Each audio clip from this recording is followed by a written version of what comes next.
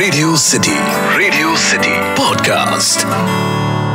हिंदी फिल्मों में भले ही आज तक माँ के कैरेक्टर में इतने वर्जन्स नहीं आए हैं, बारिंग मदर इंडिया और वास्तव की माँ जो अपने बेटे को फिल्म के एंड में गोली मार देती है, या फिर 1992 की फिल्म बेटा जहां अरुणा ईरानी एक नेगेटिव माँ के रोल में है।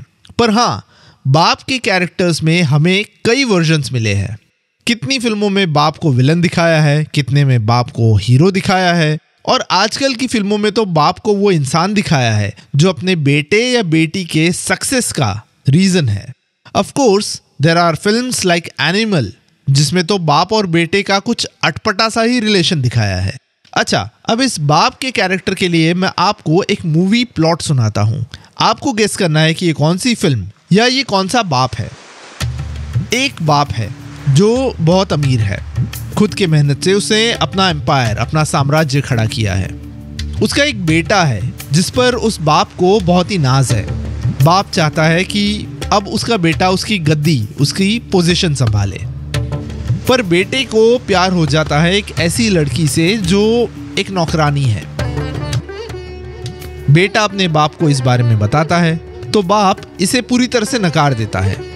And eventually this leads to a confrontation between the father and the son. अब ये प्लॉट सुनकर आपको लगेगा कि मैं के आसिफ की एपिक मुगले आजम फिल्म की बात कर रहा हूँ, जहाँ अनारकली के प्यार के चक्कर में शहजादा सलीम और राजा अकबर के बीच तनाव हो जाता है, राइट? पर देखा जाए तो यही सेम प्लॉट है कभी खुशी कभी गम के राहुल रायचंद और यश रायचंद की कहानी में। तो आज वी विल डायसेक्ट द राजा अकबर ऑफ कभी खुशी कभी गम, यानी यशवर्धन रायचंद को।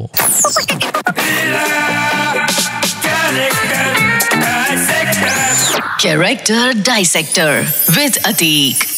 This is Radio City podcast और आप सुन रहे हो कैरेक्टर डाइसेक्टर विद अतीक को। साल 2001 में आई थी करण जौहर की फिल्म कभी खुशी कभी गम। इस फिल्म की शुरुआत में लाइन आती है, it's all about loving your parents. पर पिछले कुछ सालों से कई सारे लोग ये सवाल कर रहे हैं कि would you still be loving your parent अगर आपके फादर यशवर्धन रायचंद जैसे हो। काफी लोगों को उस टाइम पर नहीं, पर अब जाकर यशवर्धन रायचंद का कैरेक्टर एक रेड फ्लैग लग रहा है। रादर यशवर्धन रायचंद को तो पेट्रियार्की या कहे तो पितृसत्ता का लाइव एग्जाम्पल बताया जा रहा है। यशवर्धन रायचंद जो एक्सट्रीमली रिच बिजनेसमैन है, प्राइवेट हेलीकॉप्टर से मीटिंग अटेंड करने जाता है, एक बड़ा सालिशान घर है, नौकर चाकर है। अगर विजुअल अपीयरेंस को देखे तो well gelled hair, proper French beard, big coats, formal shoes, basically एक portrayal of a strong headed business minded corporate head का। पर अगर शुरुआत से शुरू करें तो हमें बताया जाता है कि यशवर्धन रायचंद राहुल नाम के एक अनाथ को अडॉप्ट करता है टू बी हिज सन। देखा जाए तो बड़ा पुण्य का काम कर रहा है कि किसी अनाथ बच्चे को अडॉप्ट किया। पर अगर क्लोजली डायसेक्शन किया जाए तो यही अच्छा काम थोड़ा सा प्रॉब्लमैटिक है। Let me tell you how. पहले तो यशवर्धन रायचंद जो एक बच्चे को अडॉप्ट करता है, वो अपनी पत्नी नंदिनी को पूछता या सलाह नहीं लेता है अबाउट द अडॉप्शन। अच्छा चलो मान लिया कि यशवर्धन रायचंद ने अपनी पत्नी नंदिनी को पूछा भी होगा, हमें फिल्म में नहीं दिखाया होगा। तो comes the second point, Yashvardhan Raichand ने एक लड़के को ही क्यों अडॉप्ट किया, एक लड़की को क्यों नहीं? मैं बताता हूँ रीजन। यशवर्धन रायचंद ये बिलीव करता है कि सिर्फ एक लड़का ही अपने परिवार का नाम और उसका काम आगे बढ़ा सकता है, एक लड़की नहीं। कहीं ना कहीं हमें ये एक्सेप्ट तो करना ही पड़ेगा कि यशवर्धन रायचंद एक निहायती जेंडर डिस्क्रिमिनेटर और रूढ़िवादी इंसान था। पर बात सिर्फ वहीं नहीं अटकती। यशवर्धन रायचंद पेट्रियार्क या कहे तो पितृसत्ता में विश्वास करने वाला इंसान भी था, जहाँ एक और वो पूरी जिंदगी अपनी पत्नी को सप्रेस करता रहता है, उसे उसके ओपिनियंस रखने नहीं देता। याद है ना वो डायलॉग, कह दिया ना, बस कह दिया। यहाँ तक कि एक टाई बांधने के लिए भी ना सिर्फ अपनी पत्नी नंदिनी को बुलाता है और वो अपना सर नहीं झुकाता है। रादर उसकी पत्नी नंदिनी एक स्टूल लेकर आती है और उस पे खड़ी होकर उसको टाई बांधती है।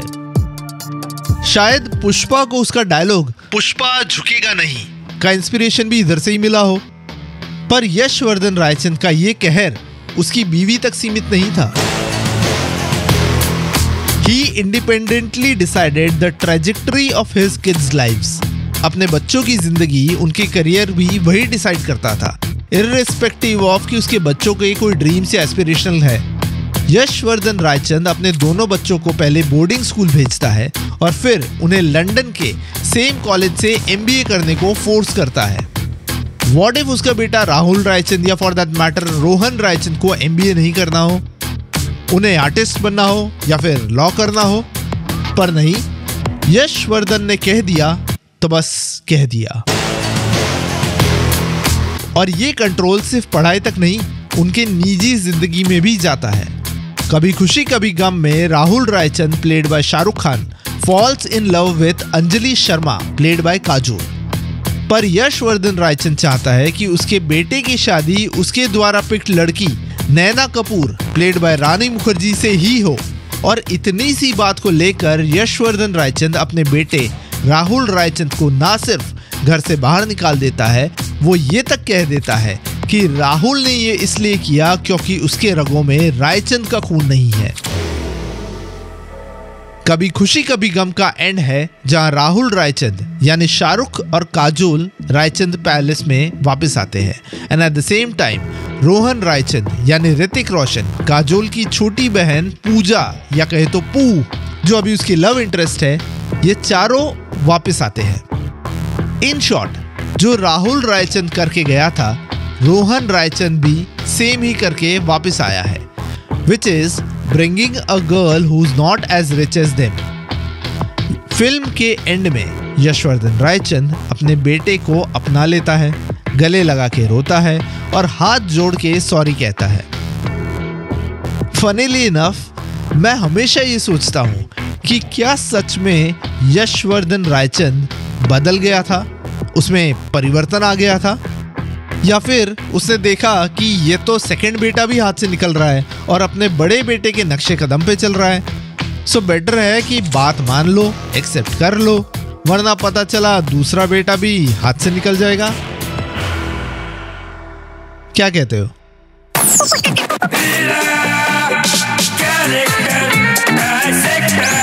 Character Dissector with Atik. Radio City Podcast.